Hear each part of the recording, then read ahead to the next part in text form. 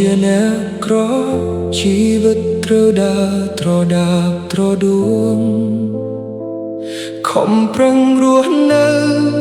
ក្នុងវាលវដឹកសង្សារគ្មានឡានទំនើបជីគ្មានផ្ទះស្កឹមស្កៃអស្ចារ្យមានតែបាតដៃនឹងញើសឈាមហូរស្រក់យប់ឡើងសម្រានកាយមើលតាមប្រហោងដំបូលក្នុងចិត្តវិលវល់ព្រោះព្រួយថ្ងៃស្អែក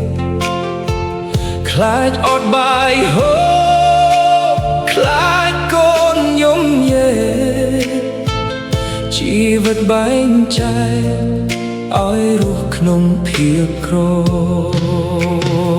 ពេលខ្លះត្រូវគេមើលងាយសំដីចាំដោតចិត្តដូចមើលលោកគ្មានតម្លៃរស់ស្លាប់តាមមាត់គេចង់ធ្វើដែរតែគ្មានកម្លាំងទេបានត្រឹមអន់ក្បាលបង្ហាញភាពស្មោះត្រង់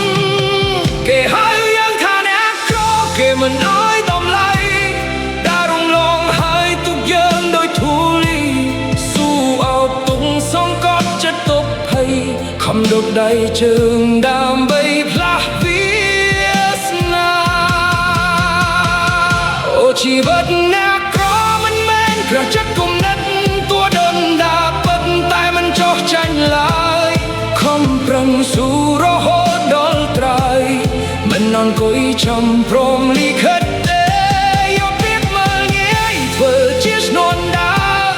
ជួនអបសពឈានទៅមុខស៊ូអេកពុនហត់ក៏នៅតែសុខសាងសុបមង្គលឲ្យគ្រួសារញញឹម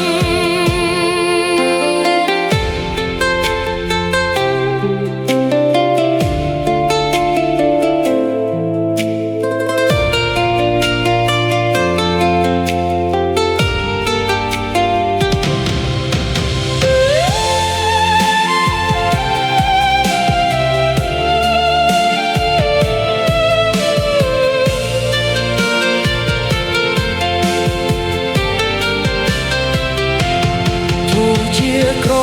តែយើងមិនលួចប្លន់រស់ដោយកម្លាំងនឹងញើសពលកម្មមិនដូចអ្នកមានចិត្តខូខើងរឹតយើងសុខចិត្តក្រ